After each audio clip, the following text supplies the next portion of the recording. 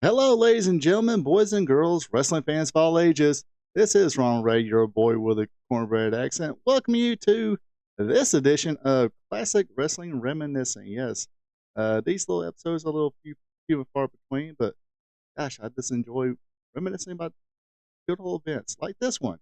Of course, this edition we are going to focus on Starcade '85.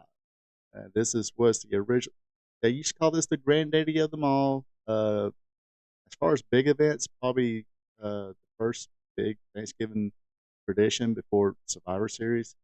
Let's see, because a lot of territories at the time would have big Thanksgiving shows. Georgia Championship Wrestling had theirs, World Class had theirs, and probably Crockett had theirs too.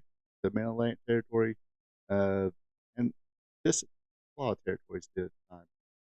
So if you're from anywhere that the territories I didn't mention, and they did have Thanksgiving tradition of a big event, let me know in the comments. Speaking of comments, if you were around during Starcade '85, got to see it live, let me know in the comments. Let me know how the energy was in the building and what your fond memories of it, or just be friendly and say hello. And if by the end of the video you're pretty entertained and like what you heard, hey, give me that thumbs up button or push that thumbs up button. That will let me know you like it. Also, if you're not a subscriber yet, be a champ and click on that subscribe button. Okay, now with all that BS out, of course, this event was out on Thanksgiving '85, and it took place at two arenas: the Greensboro Coliseum in Greensboro, North Carolina, and the Omni Coliseum in Atlanta, Georgia, drawing a combined 30,000 people. Basically, they would have one match at the Greensboro Coliseum. The match you seen at the Greensboro Coliseum, which I do believe, please correct me if I'm wrong in the comments. I think not only did they did the closed circuit for Greensboro and Atlanta, I think nationwide they probably did the closed circuit thing too, like they did with WrestleMania. But anyway, closed circuit, quickly explain. Basically, they would cast the uh, event. Basically, buy a ticket, go to the arena, watch the event on a big screen. This was a prelude to the pay-per-views, which they sent the feed to the cable company for folks to watch it at home. So anyway, while people would watch a match at Greensboro, they would watch it on the big screen at Atlanta. Then Atlanta would have their live match, and vice versa. They would watch it on the big screen and Greensboro. Interesting note too, as far as the music, if you go back and watch it on Peacock or whatever, That song is called "Far From Home," written by Frank Stallone, who is the brother of Sylvester Stallone. I believe he did a few songs for his movies. Uh, I know he did Rocky, Rocky 2, maybe Rocky 3 as well. Basically had a song on there. But this particular song was on the Staying Alive soundtrack. Yeah, had to look it up. Anyway, Tony Schiavone and Bob Collins called in action. Johnny Weaver's doing the backstage interviews. And now let's get on with the event. First match we seen was Crusher Khrushchev versus Sam Houston. This is a match for the vacant Mid Atlantic Heavyweight Championship. Buzz Tyler had that championship, but somewhere he had a falling out, pay dispute, whatever, with Dusty Rhodes, the booker. So he left and left with a belt actually too. I remember correctly. Therefore, they had to go get the belt made. But yes, Crush Khrushchev, of course, is the future Demolition Smash, Repo Man. Uh, Before that, he was uh, Crusher Darso, before playing Crusher Khrushchev. Uh, he first did the American Russian sympathizer as Crusher Darso. Then when he came here, uh, completely shaved his head this time and called himself Crusher Khrushchev, aligned himself with Ivan and Nikita Koloff. And of course, the referee in this match is Roughhouse Sonny Fargo. Uh, Go ahead and repeat the story really quickly. Yes, Sonny Fargo was a referee for Jim Crockett for the Mid Atlantic region. But on holidays, some holidays, I guess he had to work this holiday. And if you did go by watch it, he earns his money at this event. But no, basically he would go to Memphis where his brothers, Jackie and Don Fargo was, and they would explain the story that this is Raphael Fargo. He's from the nut house.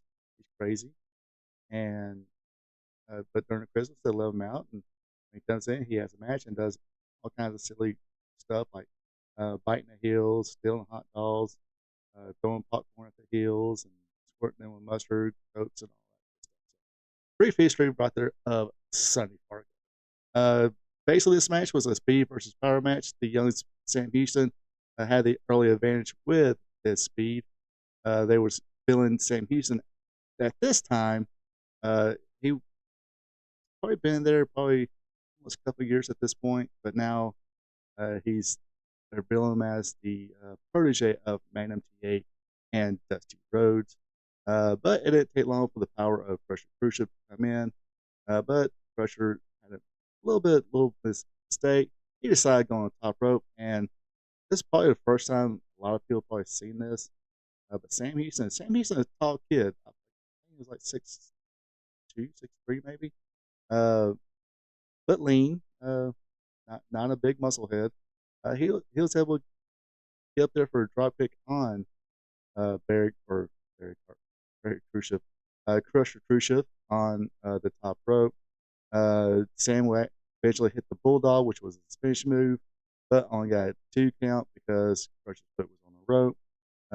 Then Khrushchev would hit that big Russian sickle clothesline on Houston. 1, 2. Sam Houston would actually put his foot on the rope, but Khrushchev moved it out of the way. Uh, Referee Sonny Fargo hit 3, and now you got a new Mid Atlantic champion, and that is Crusher Khrushchev. They will actually have a rematch on WTBS.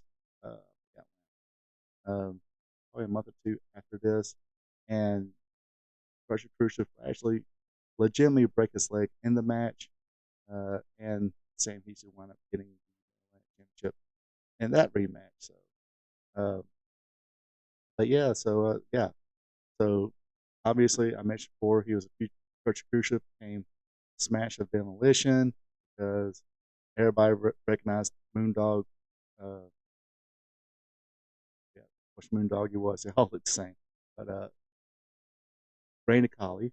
Everybody recognized Randy Colley as Moondog Spot, I believe, and so therefore they had to get another Demolition to take a spot that, let's just say, the New York fans didn't recognize, and Barry Darso, Khrushchev, grew his hair out, put some face paint on, and therefore not as recognizable unless you really recognize that tattoo. Even though it seemed like you try to cover up, in a shoot interview you say it was because of injury, but um, but you still kind of seen that tattoo. I'm like, tattoo looks kind of familiar, but kind of really didn't dawn on you. Then somebody did tell me it's pressure crucial.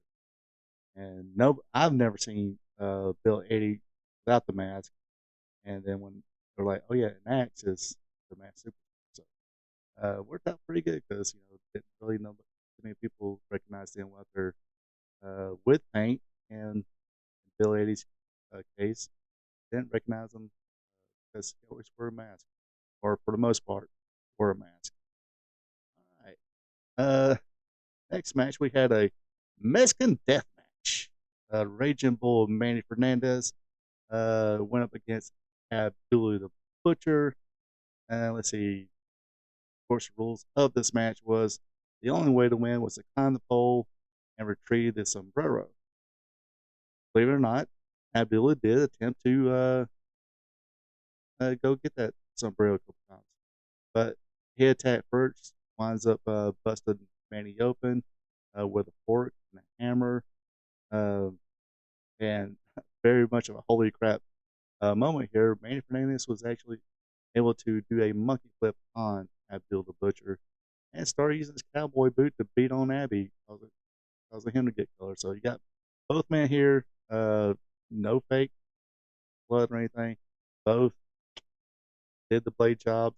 Uh, Abby would block Manny from getting the sombrero uh, a couple times. The second time he used a foreign object right in the webos. But eventually Manny was able to climb up on the pole and retrieve the sombrero to win the match. So yes, a very, of course, it's Abdul the Butcher, and if you did notice on Manny Fernandez' head, especially even when he came in, he scars on that head, so I knew the man was a stranger to doing a blade job. It got it done. Next match, kind of a two match in one deal. You had Black Bart going against Ron Bass in a Texas bullrope match. And of course, if Ron Bass, wins, if he wins, he will get 5 minutes with J.J. Dillon. Like I said, this was Texas bullrope match. Uh, again, uh, second match here, we had Bass busting Black Bart in a dead gum, or Black dead gum Bart using a dead gum bell. Then Bart would dead gum return the favor. Bass pins Bart after he nailed him with the bell from the second rope. And of course, like I said in one of my Wrestling Gold Friday nights, if you wonder why I say dead gum a lot when I talk about Black Bart, go watch a promo with Black Bart. Hilarious stuff. But yes, Bass does get the win. Here comes Dylan stomping and choking until uh, until Bass had enough of that crap and would bust Dylan open. Uh, we get a ref bump in this match. Bart comes in, pile drives Bass, which allows J.J. Dillon to get the pinfall victory over Ron Bass. Gosh, damn you, Fargo. Pay attention next time. All right. And another have a bloody counter two match in one here. We had first thing we had superstar Billy Graham going against Barbarian first in a arm wrestling match. Barbarian almost had superstar, but Billy Graham was able to come back and win the arm wrestling contest.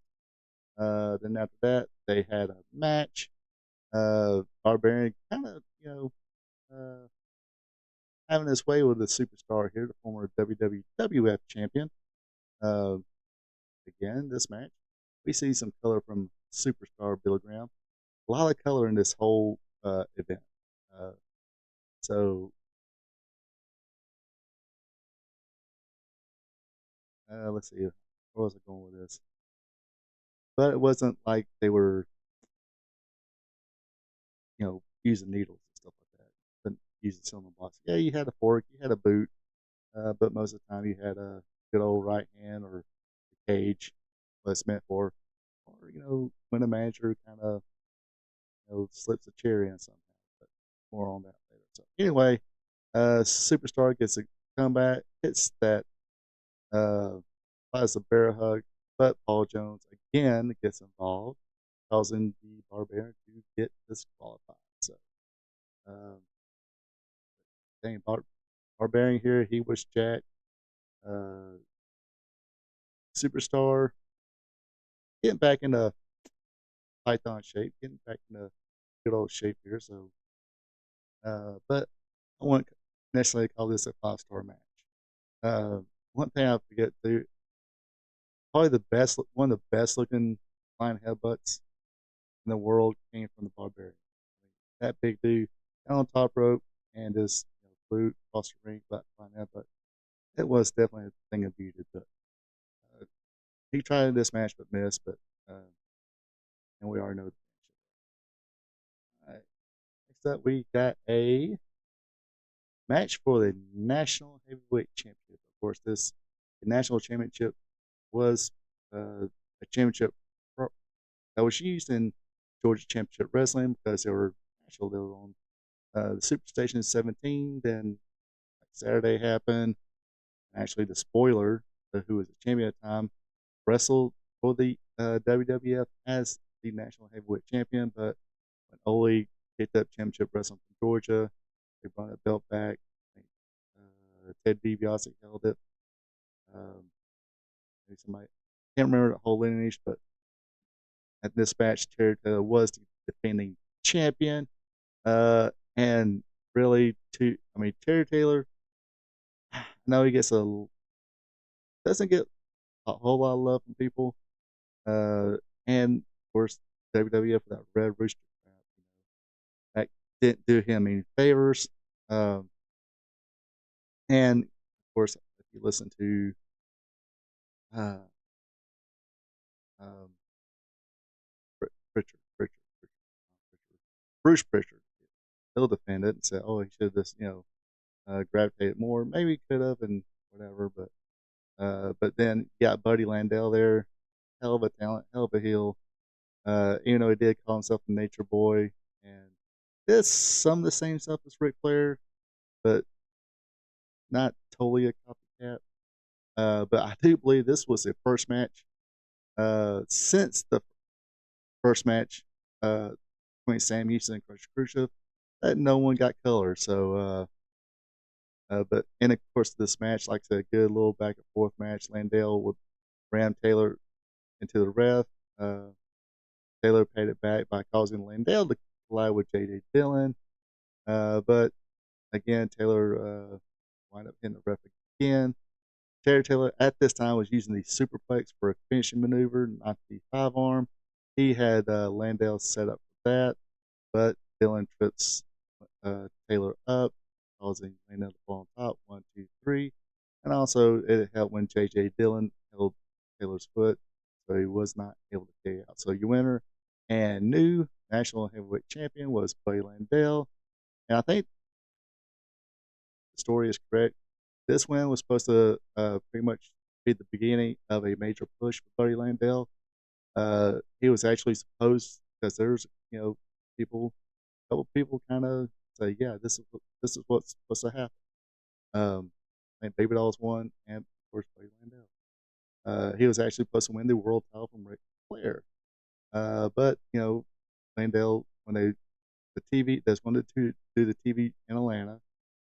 So Landell decided to drive from Charlotte to Atlanta, doing a little nose candy. And of course, when he got to the hotel in Atlanta, he passed out. People trying to wake him up. He's like, blew off calls from the office of Jim Crockett and Dusty Rhodes. But when Buddy Landell finally showed up, Dusty told him, "Hey, hand over that national title because you're fired." And I think Buddy Landell went going to miss that. So that's really how Dusty Rhodes became the national champion. Wasn't a phantom thing. It was just, hey, hand me over the belt, you're fired. and there went that push. I think he's definitely said he very much regrets that. Terry Taylor, he would probably stay for a little while longer before heading back to Mid South and work for Bill Watts. Of course, he was there from '85 until uh, they became UWF, and from UWF until they closed down. Uh, Worked for the NWA a little bit, not much. I think the last major thing you probably seen Terry Taylor in when after Crockett bought the UWF was the Starcade match with Nikita Koloff where they unified the UWF and NWA television championships. All right. Next up, we had the NWA National Tag Team Championship, which again was from the Georgia Championship Wrestling Promotion, blah, blah, blah. They went up against the United States Tag Team Champions. Of course, the National Tag Team Champions was Ole and Arn Anderson, the Minnesota Wreck Crew. They went up against the United States Tag Team Champions, Billy Jack Haynes and Wahoo Daniel. Of course, the United States Tag Team titles at this point was the Florida version of the United States Tag Team Championship. Eventually, they dropped the national, and then they reformed the national, called the U.S. Tag Team Championship. And Florida's like, okay, we'll just call our tag team titles the Florida Tag Team Championship. Anyway, Haynes and Wahoo gets an early advantage. Anderson worked over Wahoo. Billy Jack gets a hot tag here, and it's really hard to watch Billy Jack Haynes matches now, as opposed to back then. You just thought, hey, he's a big muscle guy. Seems like a good old humble guy, wants to shake everybody's hand, but man, that dude's freaking nuts. And now he's in prison. I'm not sure if his trial has took place yet, but yeah, dude became a complete nutcase. And if you watch him at that time, you wouldn't think otherwise. Anyway, the Chief gets back in there, lays in those lethal chops. Ole this time would trip up Wahoo McDaniel, hold his leg as Arn scores the 10, retaining the National Tag Team Championship. This match, both titles were not on line, just the National Tag Team Championship. All right, now this is the match. You understand? Probably 9 years old when I seen this match, approaching 10 years old. This was the famous I Quit match. And when I first seen this match, I'm like, oh my God, this is because at the time, I said it before, but I sort of did watch WWF because it was there and watch a few of the Saturday Night's main events. But even then, it was like a little cartoony. Then when somebody pointed me, because I lived in Maysville, Georgia at the time, and we could get basically the Mid-Atlantic territory in Crockett Promotions on Channel 4 and another channel called 21. 21 was like an independent channel. 4 was an NBC channel. And a friend of mine loaned me this tape, and I watched this match. Holy shit. Okay, as a kid, I didn't say holy. I said, wowie wow, or I said, holy crap, this is cool. But yeah, this is the I Quit match for the United States Heavyweight Championship. And this is pretty much what a cage match, I Quit match, should be. Just two guys in there fighting it out. Again, this probably won't be a 5-star match today, but me, when I rewatch this, I'm just like a kid again. Just totally dig this. Became a huge fan of Man of Kid, like a lot of people did at the time. But yeah, two guys just fighting and beating the hell out of each other. Baby Doll would throw a wooden chair into the ring. And yes, Baby Doll was able to do that. That one was about 6'1". I'm not going to even try to guess her weight. She wasn't a like obese fat girl or anything like that, but she was pretty curvy. And the future wife of Sam Houston. But anyway, she would throw a chair in the ring till he broke it up. Grabbed a piece of it, was about to use it on Magna, but Magna blocked it. Manning would fight out of that predicament, grab the piece, and drove it into Blanchard's head until Blanchard said, the referee was sitting there with a mic asking Blanchard, "Hey, do you quit? Do you quit? Do you quit?" And Blanchard yelled, "Yes, yes, yes." Now, this was so good at the time, especially when you understand how things work. This is a great freaking finish here because you got two things accomplished here. You had a picture of the match, which made MTA what people wanted. You won the I Quit match, won the U.S. title, uh, but Tully Blanchard was also able to save face because he didn't actually utter the words "I quit." The stipulation of the match was you got to force your opponent to say "I quit," not have the referee say, "Hey, do you quit?" and yell yes. Tully Blanchard was supposed, or Random TA was either supposed to say "I quit," but he didn't say "I quit." He said yes, and they kind of kept. And you could have, if Madam didn't have this action, of course, they could have came back to this feud over and over again, just on that premise alone. But anyway, in this particular match, this was good enough for the win. Madam PA. This is again, Madam PA was supposed to be that next guy, push him, and from what I've read and gathered, stuff like that. Basically, start the next year, Starcade '86. Manning was supposed to defeat Ric Flair and become the world champion, but unfortunately, that car accident uh, ended his career. But it's definitely a what if. Manning PA's career after this, and all that is a major what if in professional wrestling. There's no telling how much money he would have drew, how big of a star he could have been if it wasn't for that uh, car accident. All right, moving on to the next thing.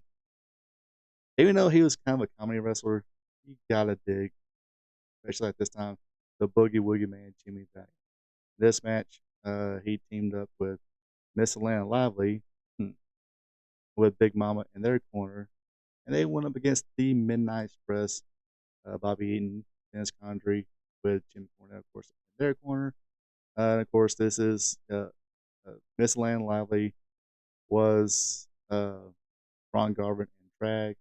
If you can't tell, this was a Atlanta street fight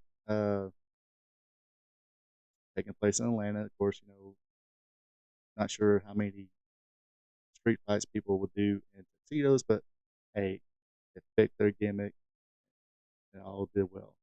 Uh, the Midnights would get the upper hand when they threw powder in the eyes of Valiant and Lively. The Midnights would actually try to strip Miss Atlanta Lively, but good thing for those fans, it didn't go that far.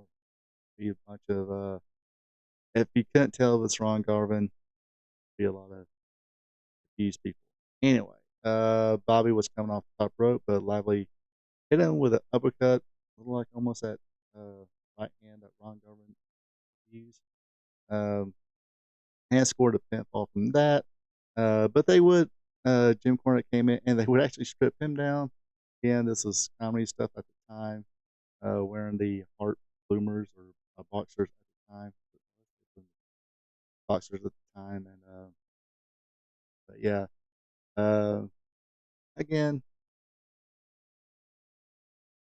Jimmy Valiant was kind of the comedy stuff, but he would have his serious moments too, and it got over so well. I mean, go back and watch again. I strongly consider, I'd go back and watch some of that stuff with Jimmy Boogie Woogie Man, Jimmy Valiant. All right, next up we got the match for the World Tag Team Championship. Rock and Roll Express challenging Ivan and Nikita Koloff. Of course, Rock and Roll's Ricky Morton and Robert Gibson. They had Don Canolo in their corner. And of course, in the corner of the Russians was their comrade, Rusher Khrushchev, who is the new Maryland champion. Basically, fourth match. They would have the advantage over Ivan Koloff. Uh, then the Coles fought back and dominated Robert Gibson as Ivan was attacking Gibson. Morton tagged in, undetected by Ivan. Uh, Probably the coolest looking finish at the time, and still I think it's pretty cool. Every time I go back and we watch it, Ivan would whip Gibson in the corner or in the ropes, did a back trot. Morton, as Gibson was flipping over, Morton was right behind him, rolled him up in the O'Connor roll. 1, 2, 3, and we have new NWA World Tag Team Champion. Of course, this is the second reign for the Rock and Roll Express, and the Koloffs, was not happy about that. Neither was Crusher Khrushchev when they would beat down Robert Gibson with a chain. But very good, very good. And this was in a cage as well. Definitely a good match. All right, and of course, your main event was Dusty Rhodes against Ric Flair. Uh, um, we'll get into it. Rhodes had an early advantage, and Rhodes would try to work on Flair's foot. Uh, Basically back and forth. Rhodes put his, who had a broken ankle at the time, thanks to the infamous cage, the turn of Ric Flair, and the formation of the Four Horsemen in the Omni a few months prior back. Um, when Flair got the advantage, he would target that left ankle, would apply the figure four. Flair broke the hole and Rhodes rolled him to his stomach. After his some more back and forth attacks, Rhodes performed a clothesline and pulled Flair into the referee, knocking Tommy Young outside the ring. Rhodes applied the figure four leg again as Ole and Arn Anderson came out to interfere. Uh, Rhodes kicked Arn out. Ole performed a high knee to Rhodes from behind. A new referee came down to officiate as Flair picked up Rhodes. Rhodes was scored a pinfall with the inside cradle, and everybody went home thinking that Dusty Rhodes was the new NWA World Champion. However, when they turned the TV on the next day, or that, the following week, following Saturday, they realized that because I think it was, I think Flair got disqualified. Yes, because Flair knocked Dusty into the ref. That referee had disqualified Ric Flair. Therefore, Dusty Rhodes won, but won by disqualification. So at the time, did not win the world title or any championship on a disqualification. You win the match, but champion keeps the belt. Uh, Champion's advantage. Um, so yeah, so Dusty had to return the belt to Ric Flair, and that's how everybody found out. And this was one of those, what the inside, or people write the dirt sheets and stuff like that. I don't know how much it was commonly done by the wrestlers themselves, but it was called the one of the Dusty finishes. Uh, think you won a title, but no, you didn't. Somebody got disqualified, so you might have won the match, but didn't keep the title. All in all, pretty good. Some of these matches probably would hold up. I mean, to me, like I said, if you like those bloody matches, this was the event for you. A lot of blood in this match, but a lot of good stuff here. Not, I mean, if you just like the spot, flip, flip, flip, no, you're not gonna like this. But if you just like good old school wrestling, like I do, hopefully a lot of you watching probably do as well. Or if you like that kind of stuff and say, well, let me check something else out, check out Starcade 85. You will not regret it. Anyway, that does it for me on the Thanksgiving edition of Classic Wrestling Reminiscing featuring Starcade 85. Check out next year. I will do Starcade 86, Lord willing. Of course, this is Thanksgiving. Hopefully, everybody has a nice, safe, fun, enjoyable Thanksgiving. So enjoy your time off, enjoy family time, give thanks to all the things you want to give thanks to, and fill your bellies up. Also, hey, be careful driving out there. Don't forget, there's police going to be out there ready to hand out tickets for your day. So watch your speed, don't drink and drive, and all that good stuff. Otherwise, have a good one. Take it easy. Until next time. So long from the peach state of Georgia. Thank you for checking out our P2 Vision. Subscribe to our P2 Vision to watch Ronald Ray's content that covers the sport of professional wrestling from yesterday to today. His weekly content starts off with Wrestling Trivia Tuesday. Every Tuesday, Ronald Ray asks 5 questions about the sport of professional wrestling. So tune in and have some fun. Then it's WWE Monday Night Raw recaps, where he recaps all the action from the Raw brand. Ronald Ray also does an AEW Dynamite recap show where he recaps and has fun doing it. Do you like live streams? Well, join Ronald Ray live on Spot Show Livestream, where he discusses current wrestling. Join the chat and have fun. Spot Show Livestream is on Thursday nights starting at 8 p.m. If current pro wrestling isn't your thing, like all wrestling past and present, or you're a new fan and want to hear how things were back in the day, then tune in to Wrestling Gold Friday night, where Ronald Ray discusses back in the day when wrestling was wrestling, featuring watch-alongs. That's Wrestling Gold Friday night on Fridays starting at 8 p.m.